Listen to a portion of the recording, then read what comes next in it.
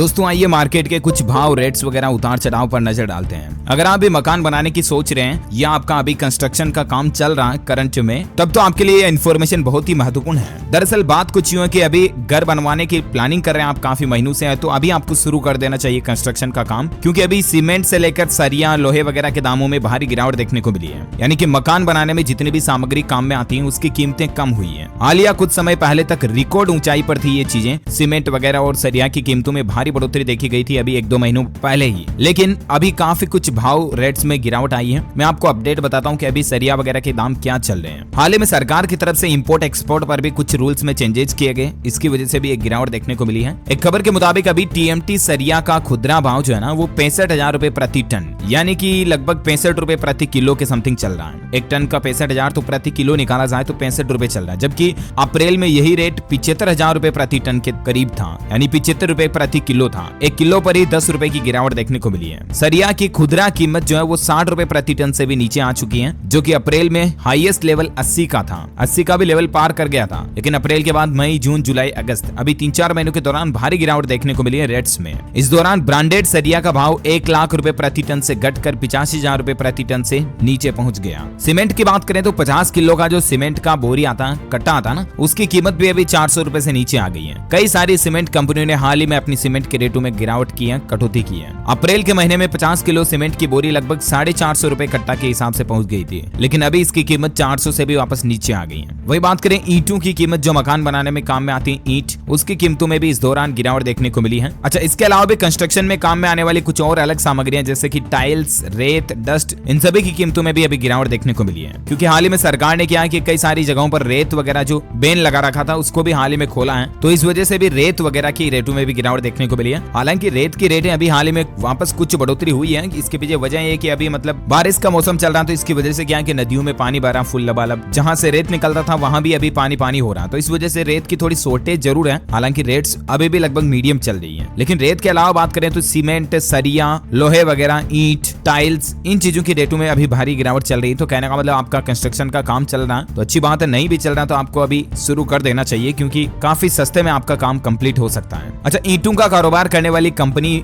DBF BRICS के मुताबिक राजधानी दिल्ली में अभी 1 नंबर की 1000 ईंटों का रेट जो है 5500 रुपए चल रहा है। इसी तरह से 2 नंबर की 1000 ईंटों का भाव 4500 रुपए चल रहा है, जबकि 3 नंबर की 1000 ईंटों का भाव 3500 रुपए चल रहा है। जबकि दोस्तों महीने भर पहले इसी कंपनी की ईंटों के रेट्स जो है ना वो काफी ज्यादा थे, इनके भाव कम से कम 6000 रुपए के पार थे। भवन निर्माण सामग्रियां बेचने वाली कंपनी यूपी ब्रिक्स के मुताबिक अभी टाइल्स के भी भाव कम होकर 5200 रुपए प्रति 1000 यूनिट हो गए, और इसी तरह से यमुना रेत 30 रुपए स्क्वायर फीट और व्हाइट डस्ट 1 नंबर में 42 रुपए प्रति स्क्वायर फीट में मिल रहा। तो कहने का मतलब ऑल ओवर कंस्ट्रक्शन मटेरियल की कीमत जो है ना वो अभी कंट्रोल में चल रही है। इस महंगाई के दौर में आपको काफी कुछ बेनिफिट्स हो सकते हैं, फायदा हो सकता है। तो अगर आप अभी कंस्ट्रक्शन का काम चलाने की सोच रहे हैं तो जरूर चला सकते हैं। ओके, और भी इसी तरह के अलग अलग चीजों के भाव